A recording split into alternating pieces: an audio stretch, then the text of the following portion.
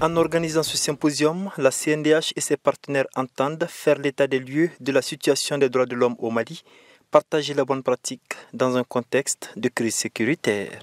Je suis particulièrement satisfait de constater que cette rencontre qui va durer 2 jours permettra de faire non seulement l'état des lieux de la situation des droits de l'homme au Mali au cours de l'année 2022, mais aussi débattre des questions pertinentes des protections des droits de l'homme dans le contexte actuel de lutte contre le terrorisme et plus spécifiquement la prise en compte de la protection des droits de l'homme dans la planification, l'exécution des opérations militaires, sujet qui reste une préoccupation majeure pour les Nations Unies.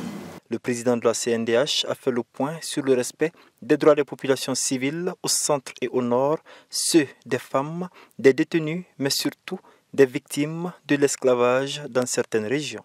Cette pratique porte atteinte gravement à la dignité humaine, autant qu'elle met en péril la cohésion sociale dans les régions où elle sévit.